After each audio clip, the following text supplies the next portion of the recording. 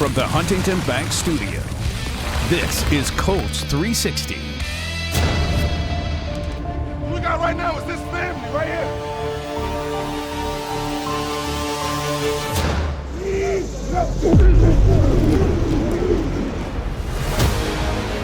I know you got what it takes, but I need you to give all you got. 12 rounds, baby. Who gonna quit? We're right where we want to be, guys. We can go get it. We just got to go finish it every single day.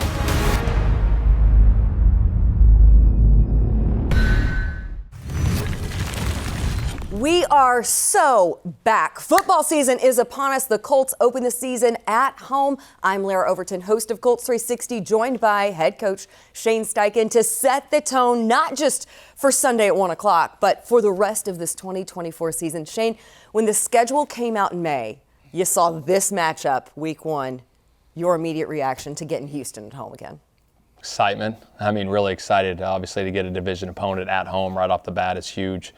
You know, you want to win a division championship. You know, it starts in division. To get Houston week 1 at home with our crowd and our fans, I know Lucas Oil will be rocking, so we're excited for that. It's been about 7 months since you saw them at the end of last season. How many times have you thought about getting this matchup after, maybe last season and having them at home, having that opportunity right there, and then this is the opportunity upon you for week 1? Yeah, I'd be lying to you if I didn't think about it a lot.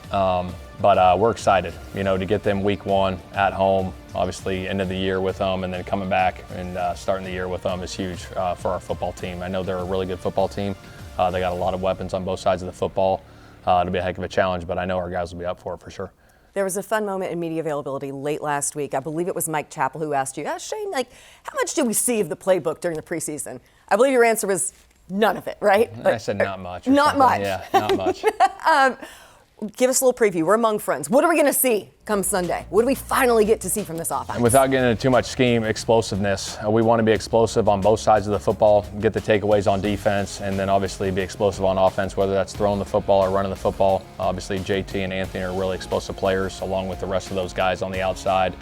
We got a great offensive line up front to lead the way. So we want to be explosive, and we want to score a ton of points.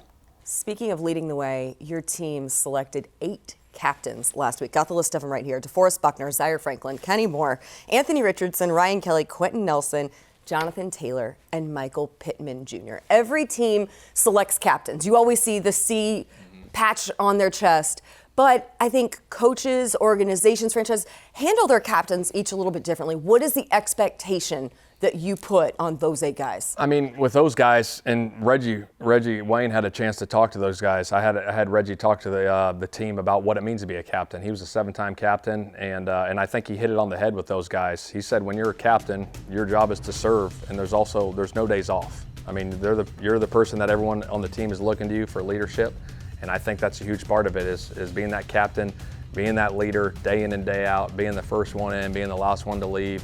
And no days off. Tuesday's the players' day off, but you'll see those captains will be in here working along with a bunch of other guys. And to get done what we need to get done, those guys got to lead the way, and it starts in that locker room and on that practice field for sure. All of those guys were part of this group last year. We talked a ton about how advantageous, how much you should benefit from having that continuity. But in what ways is this team different than what you opened the season with last year? Well, I think you hit it. The continuity's big, but I think it's a belief too. I mean, if you believe you're going to do something, that's half of the battle in this league is you got to believe you're going to go do it, and then you put in the work to go do it. And so that's kind of been the message is like, hey, we got a good football team, but we got to go put in the work and we got to go do it day in and day out. How do you feel that this team has positioned themselves to start the season maybe differently than in the past? I think the way we've worked throughout training camp and into the preseason, you can see the communication and the camaraderie that our guys have and being together back-to-back years. Again, it goes back to we don't got a lot of new faces. We got the draft picks. We added Raekwon in free agency. But more excitement than anything for those guys being together, knowing how everyone ticks, knowing how everyone works, and then you got to go out and do it. Going back to the spring of 23, you spent an extensive amount of time with all of the quarterbacks in the draft and doing your due diligence on all of them. So you got to know C.J. Stroud. You spent time with him. From what you saw last season, from the growth that you typically see in a quarterback 1 year, especially first year to second year, and then the additions that they have made for that offense, what are you prepared to see out of C.J. Stroud week 1? Well, I think the biggest thing with him from week 1 last year to the end of the year, obviously a rookie of the year guy, but the way he processes the game and the way he throws with accuracy and touch, I think when you do that your rookie year and you kind of have that, deal going for you, I think it does carry over to the next year. So we know it's going to be a heck of a challenge, but we got to be all over it defensively, not giving up the explosives and making sure we're getting back there and getting to the quarterback. You've done your work this offseason. We know that. You guys are ready. What's the work that you need to see from this crowd? Because they've had months and months to get ready for this moment. Lucas Oil, what work do you need from them come Sunday at 1 o'clock? It needs to be rocking, especially on 3rd down when our defense is out there. We don't want them to go through their snap count. We want them to be on a silent cadence because that's a huge advantage when you're playing at home and the crowd's rocking and Lucas Oil's rolling. It's hard for those guys to communicate at the line of scrimmage, and if they got checks, whether it's 3rd down, whatever, down in the tight red zone, in the red zone, and it's loud, it's hard to communicate. And obviously being an offensive coach, head coach, but being on that opposing sideline and going into these loud stadiums, it's hard to communicate like crazy. So we need every single one in that crowd going nuts. That is the playbook from your head coach right there. Those are the keys to success for victory. You've waited a long time for this one. Finally here. Know that the crowd is going to make the most of it, and certainly this team will also. Coach, thanks so much. Appreciate Thank you guys for having us. We get extra routes after practice, so we'll have specific game plan routes, and we're always getting that. So minimum, we're 2 a day because obviously if everybody's getting it, we don't want to throw out AR's arm, right? And obviously, you don't want to do too much because then it can get detrimental. Still ahead on Colts 360, how the newly named Colts captain is positioning the pass catchers to capitalize on off-season team chemistry and the work they're putting in on top of practice to add explosiveness to the offense. That's coming up next.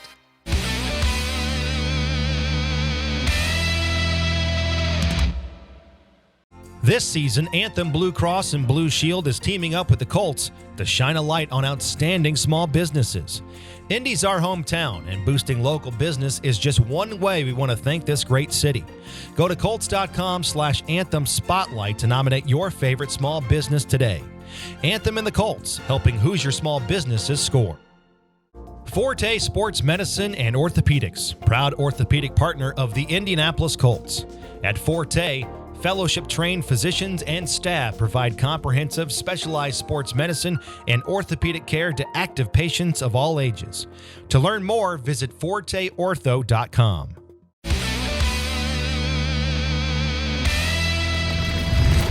Welcome back to Colts 360. I think we probably have to salute you now, Captain Pitt. We'll talk about that momentarily. But looking at week 1, back home against the defending division champions.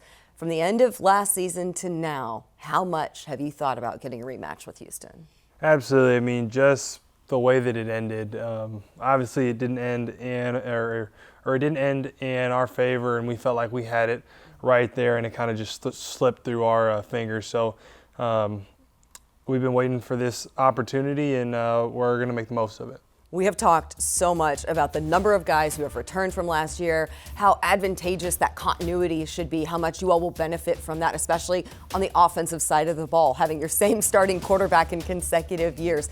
How has this team, though, positioned themselves differently this year going in? What is different about this group? Absolutely. I mean, I'd just say that we're more of like a family now because, the bulk of the guys here, were the guys that were here when I got drafted and just being able to grow and watch them and everybody just comes closer.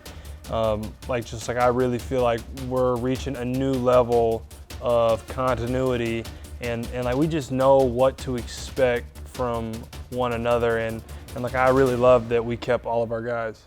It's pretty rare, too. How crazy is it to think about that your entire Colts career has pretty much been the core same group?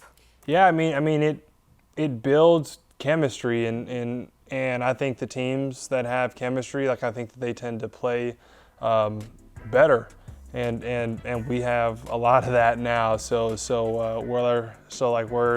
We're just looking to show people that we're ready to compete for that AFC South this year. A lot of teams use training camp, preseason to build that chemistry. There's a lot of things, you're spending a lot of time together. What are things that you do as the leader of the wide receivers to be sure you're reinforcing that? Maybe things that you try to get your position group together to do over the course of the year so that chemistry is only excelling? Absolutely. So we get extra routes after practice. So we'll have specific game plan routes, and we're always getting that. So minimum, we're 2 a day, because obviously if everybody's getting it, we don't want to throw out AR's arm, right? And obviously, like, you don't want to do too much because then it can get detrimental. But we have a minimum of 2, so and that's every single day. So at the end of the week, you're like running that specialty route that you might have on 3rd down 6 extra times. So, is there a favorite route that you like to run, that you like to implement? It's like, we're setting the tone for the weekend, right? Like, this is our last opportunity. Like, what's the go-to? Well, I can't give that information up. Okay, we can respect that. Okay. Yeah. So, I guess we'll find out, right? We'll see. Keep watching on Sunday. Michael, no one understands the significance of being elected a captain more so than Reggie Ryan. Yeah. What did your position group coach say to you about, or the advice that he had for you being elected a captain? Yeah, he told me that being a team captain is like one of the highest honors that anybody can have, and you really think about it, it's never something that I like really saw, like, just like I didn't come in to this season or last season or any season, but hey, like, I'm gonna be a team captain. I think it's just the result of consistent work, and I think my teammates see that, and they know I'm willing to do anything to help this team, and I think that they respect that, and that's kind of the story of how I became a captain. When it's something that you aren't expecting to do, it's not something like, oh, I'm going to earn this, but like, how rewarding is that for you? What was your reaction when you heard your name among those 8? Absolutely. I mean, like, I tried to play it cool because, I mean, obviously, like, I was excited, but it just means a lot knowing that my guys believe in me, right? And like, they just see the extra work and like everything that I put into it, and like, it's just validating, like, in that sense, and you know that they respect you. So you and I had a conversation a few weeks ago during training camp about this offense in general, your group, Anthony, and one of the things that you said that I thought was really interesting was you feel like there's a good template of sorts or kind of trajectory that quarterbacks follow when they have a rookie season to maybe sit behind and learn from a veteran. Where are you seeing Anthony so greatly benefit from the time that he had last season when he was watching Gardner, on the bench, in the meeting rooms, that's coming to fruition now? Absolutely. I feel like he understands our offense so much more now, because obviously being a rookie quarterback, I mean, you're getting a lot thrown at you, whether it's coverages, blitzes, and having to know the plays and what everybody else does. And I feel like now he has a really good grasp on that. So now he focuses on, hey, the safeties are going to roll down, or they're going to bring this edge pressure, or they're giving me a weird look. They're trying, and like, he can focus more on that stuff, as in, hey, like, he's got a slant, he's running something else. So like, it just like allows him to take in more information each play. And having the trust of all of you guys, that Exactly. You're each all in your roles, owning those roles. All right, Pitt, I know you're probably going to be ready to do some talking come Sunday. We always love to hear it, and we couldn't get enough Michael Pittman in training camp, so we wanted to fill this entire block of Colts 360. So here is Pitt mic'd up back in those joint practices against the Arizona Cardinals.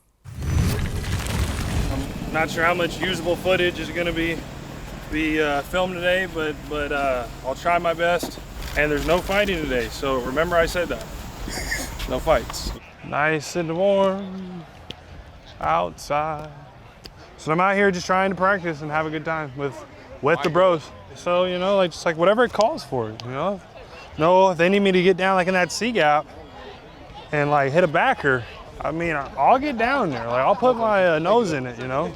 I mean, I have a lot of deer around my property, and I can't get near them. During the year, I should be able to calm some of the does down at least. Quarterbacks, I'm mic'd up, so don't say nothing. You can go right there. Nothing that is condemning. Keaton had already exposed himself. They mic you up because they know you're going to get in a fight. No, it's not why they mic me up. They mic me up because they know that I'm on my best behavior.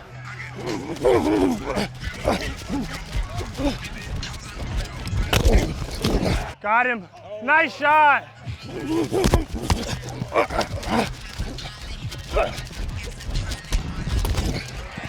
2 times in a row. On the money, too. You hit me here. Here again. Money throw. So I just hit that goal. I hit that goal button. That's what I'm saying. It don't gotta be hard. That's a good practice rep. So that shows me that they're ready to practice. Oh yeah. Oh yes, sir. Yee-hee. Nice. You like that? You like that? You like that?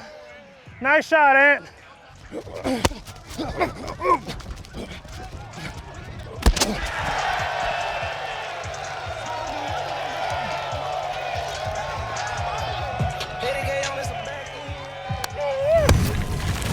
Young in the pocket. Throws it upfield, picked off by the Colts on the near sideline. 35, direct at 25. Kenny Moore racing for the end zone. 10, 5, touchdown! I-N-D-Y! And that's a 49-yard interception for a touchdown. A pick six by Kenny Moore. Coming up, voice of the Colts, Matt Taylor, talks matchup, magnitude, and major implications for the season opener, setting the tone for the Texans as the Colts kick off 2024. Next on Colts 360.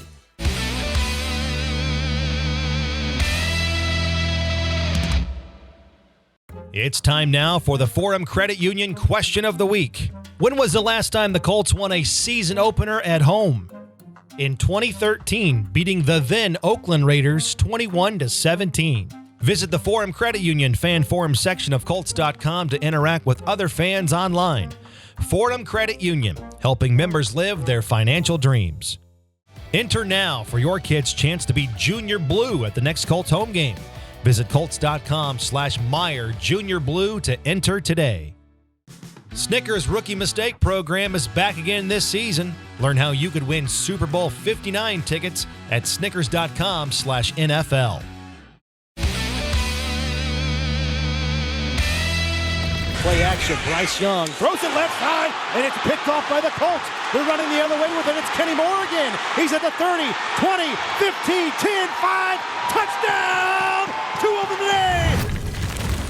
You hear those calls. You also sometimes get to see them, like you just did as we welcome you back to Colts 360 with a new segment called View from the Booth. Our very own voice of the Colts, Matt Taylor, joining us to give perspective from the press box, if you will, as we go into week 1, Indianapolis and Houston, division rivals. We all remember week 18, Colts out for revenge, and these are 2 teams. Yeah. Same goal in mind for each of them, both out to win the division at the end of this 2024 season, but did so approaching the offseason in different ways, different methods, if you will, Sure. trying to capitalize on a critical time for each franchise. No, you're exactly right. I mean, you look at the way the Colts did it with bringing back primarily key in-house core free agents, and then the Texans going big in the offseason, trying to complement after what they did last year, making the playoffs and, 10-7 record and winning the division for the first time since 2019.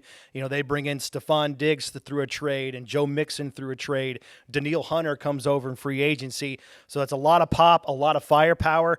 And like you said, Lara, both franchises trying to win now, trying to capitalize in a window of opportunity where they have really solid rosters with young quarterbacks still on rookie contracts. We saw firsthand how much of a threat C.J. Stroud is at quarterback last season, especially in that Week 18 game when he had limited receiving options, right? Nico Collins was his number 1 target due to injury. Of course, a lot of other guys who were not available, a guy like Tank Dell, who was a big part of what they're trying to do offensively. Sure. Between guys who were not available last last year in Week 18 for C.J. Stroud and the additions that they made within free agency trade, all of that. Sure. Which is the biggest threat that you add to C.J. Stroud and what he's capable of? Well, I think it's the collective, because you're right. I mean, C.J. Stroud last year in the Week 18 game really had only one major offensive weapon, at least at the wide receiver position, and Nico Collins was that guy and still had 195 receiving yards. So, you look at Tank Dell, 7 receiving touchdowns last year.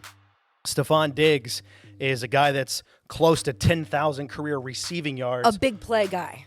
All of those guys are huge, big play guys, and that's what C.J. Stroud wants to do. He had 40 completions last year, over 25 yards, and that secondary for the Colts is going to be put to the test right away. Another second-year guy for the Houston Texans, Will Anderson Jr., phenomenal rookie season for him. Yeah. When you look at what they can do defensively and how much they will try to get to and affect Anthony Richardson, then you add Danielle Hunter to that. From them, a defensive standpoint, where do you have to account for their defense and what they're going to try to do, especially to disrupt this Colts offense early on that now has this great tandem with Anthony Richardson and Jonathan Taylor? Yeah, they were really good against the run last year. They gave up only 96 rushing yards per game, which was a top 10 number in the NFL. So they're really stout up front, and to your point, they're even better now in the pass rush with Danielle Hunter, 16.5 sacks last year. This is a guy always consistent. He has at least 14 sacks in each of the last 3 seasons. So they're better up front with Will Anderson, like you mentioned. I think a really sneaky addition for them on defense is their middle linebacker. That's Azeez Al-Shire. Comes over from the Tennessee Titans. He had a really good year last year, career high, 165 tackles, set a franchise record for Tennessee, and stops for a season. So he's going to solidify that front 7. Then the back end, they're better. They got 2 rookie draft picks they're going to start in the back end of the secondary. So I think it's a defense last year that was pretty good. They gave up only about 20 points per game, but I think it's even better based on some of the personnel they brought in. The energy will be palpable, building. There is nothing like waking up and seeing Lucas Oil Stadium come alive. We want to be tuning in all morning long. Where can people catch all of the coverage? And, of course, game kicking off at 1 o'clock. Absolutely. Our flagship stations in Indy, 93.5, 107.5 The Fan, 97.1 Hank FM. It all starts Sunday, 10 o'clock Eastern time with the Colts pregame huddle. And then 1 o'clock, Colts and Texans. Week 1 football is finally back. Finally back. So eager, so excited to kick this season off. Love the view from the booth. We will do that again for sure. Can't wait to be alongside you back on game days, Matt Taylor. That is a wrap for this week's Colts 360. We will see you at 1 o'clock at Lucas Oil Stadium.